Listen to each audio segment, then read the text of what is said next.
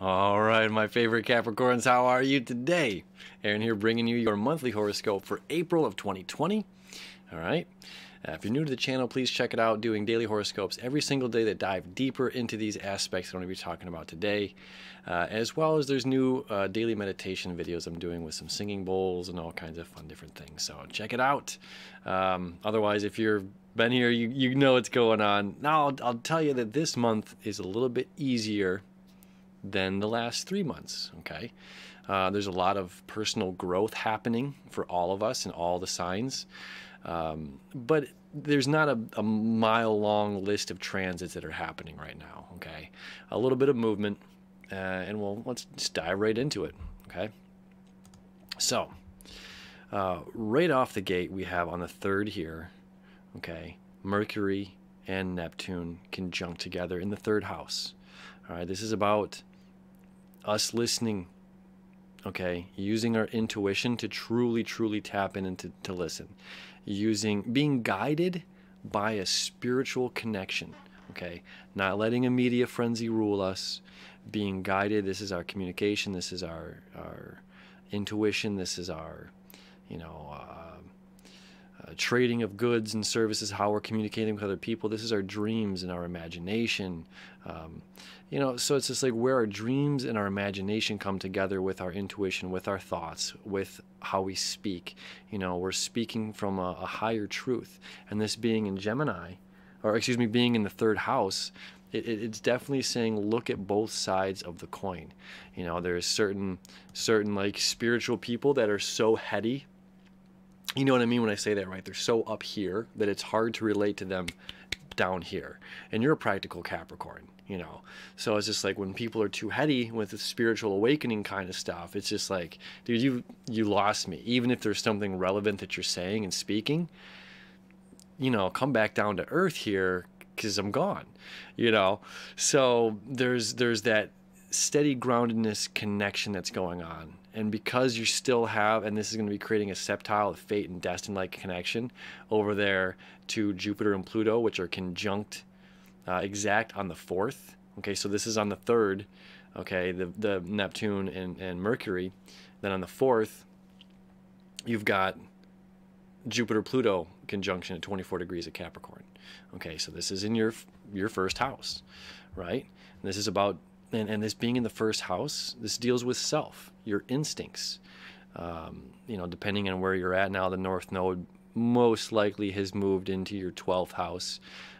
Saturn's still probably in your 1st house, as well as Mars is the day of making this video, even on the 1st. But Mars is going to start to really transit your 2nd house, which is really powerful. Either way, with all of this energy, Saturn's going to get to about 2 degrees, not quite 2 degrees of Aquarius before it starts to retrograde back into Capricorn. Okay, so we have a lot of this energy still in the 1st house, which is about self, which is about instincts, which is about how I'm presenting myself to the world, getting out there and changing. And this is dealing with our shadow, my fellow Capricorns, right? I'm a Capricorn sun as well, so this deals with our shadow side of self, of our personality. We all have parts of our personality, parts of our shadow self of our personality that we don't let out often. And Jupiter is saying, it's expand, let's explore it, let's explore these triggers, let's explore these fears, let's explore, let's grow beyond where we've been stuck for years. The last time these two met, it's a 13-year transit, it happens once every 13 years, was back here in Sagittarius, which was a karmic time for you, so this happening in the 1st house is really powerful, as this is an opportunity for self-growth, okay? On the 3rd as well, we've got Venus moving out of your 5th house, most likely, into your 6th house, okay? So either way, we're teetering on this fence of 5th to 6th house. So what that means is you're taking what, you're really coming to find, this past month of like what makes you spark, what brings you joy, and even if that's a lack of something, a lack of abundance with this Jupiter, Pluto conjunction up in Capricorn, it can be, I'm used to having Twix bars and all the bread and all the food and all the beer and all the social activities and all of these things. and we're getting stripped down to a bare minimum, to essentials, right? These are essentials. We're warriors in the woods, men and women alike. What do we need as our native true self, right? This is what the Jupiter-Pluto conjunction is bringing to us right now. And Venus in your 5th house is like, okay, well, I still have to find my spark and joy, regardless if I'm used to lavish and wonderful things, if I'm used to this abundance of this over here, and now that is gone. We can kick and scream for a minute, but we're adults, not children anymore, to where we have to look at ourselves and say, I have to change my attitude. I can still find personal joy internally without this external thing, right? So now Venus is moving from your 5th house in April into your 6th house, which is really beautiful, really powerful, because it's saying this is okay. Without these things, whatever, I have to find a way of income for myself. Mars is moving through your house of income, okay, moving through the 2nd house, which is like, look, we've got to create bread to put on the table for this summer. We're in, spring is now, right? There's a sense of urgency. Spring is now. We're Capricorns. We're thinking, strategically planning money. We're strategically planning for next winter. So we have this opportunity right now, while Venus is entering the 6th house, of saying, I need to be of service. I have to figure out a way to be of service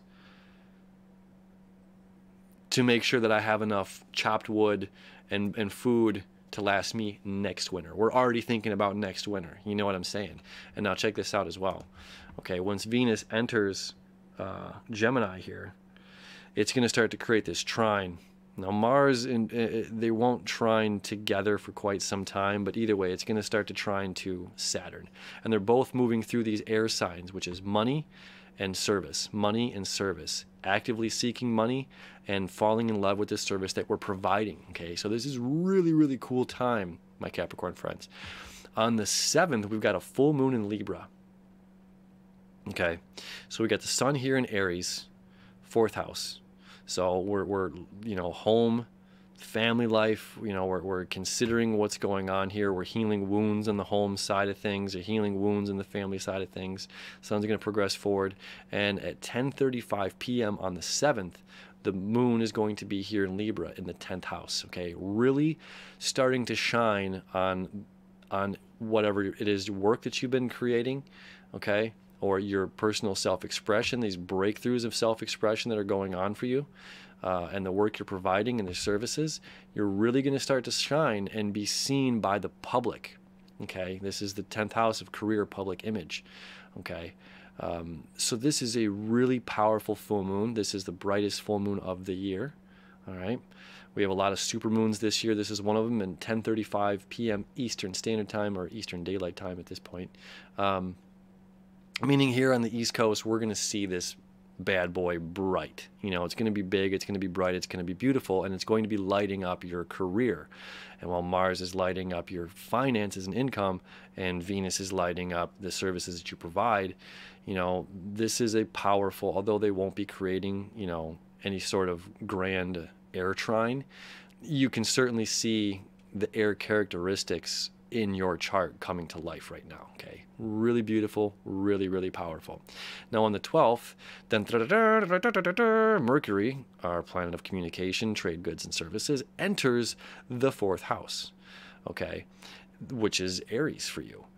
All right, now it's been here since February 4th.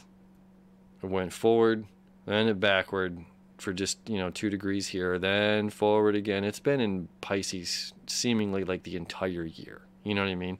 And now it's going to enter here on the 12th to Aries, and then be into Taurus by the 27th. Okay, how crazy is that? It's going to rip through here.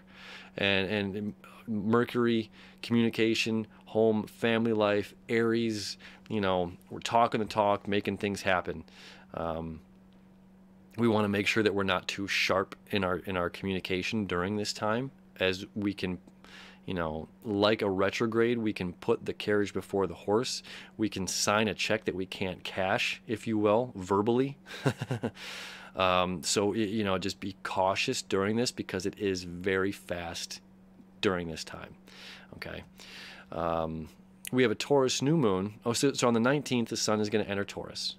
Okay.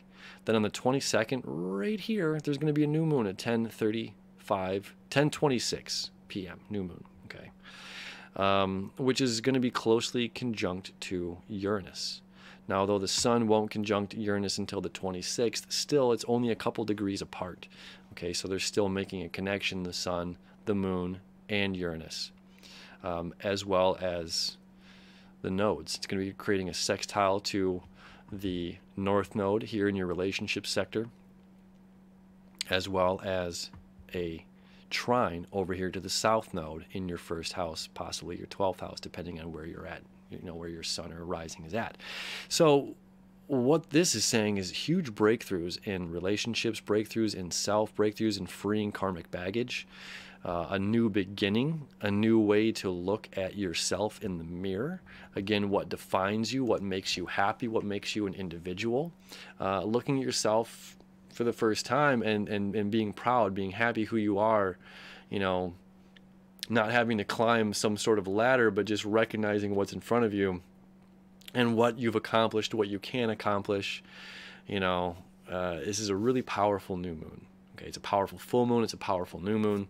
This is full moon, this is, I don't know, I'm doing karate over here.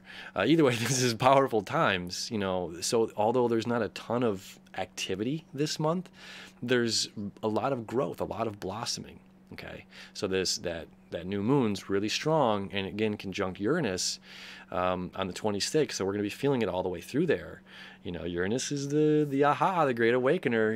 Expect the unexpected. We don't know what's around the corner, we don't know what's around the bend, and this being in your 5th house, again, depending where you're at, it could be 4th, could be 5th house. If you know your chart. If you don't know your chart, by all means, if you want to reach out, I'd be happy to give you a reading. But, this is, again, about how you express yourself to the world, how you let your inner light shine. And sometimes the Capricorn energy, it's like, serious and strategic and planning. And this is like, hey, you're allowed to have fun. You're allowed to be you. You're allowed to be goofy and have fun, and work and be serious at the same time. Those are all in balance. It's all part of the yin to the yang, So this is a huge amount of growth happening for you during this time, during this year. All right. Lastly, we have Pluto on the 24th. Pluto is going to station retrograde. Okay. The 24th and the 25th. Excuse me. The 25th and the 26th. Pluto will station retrograde, and on the 27th, it will fully begin its retrograde. But as you see, there's a lot of forward momentum.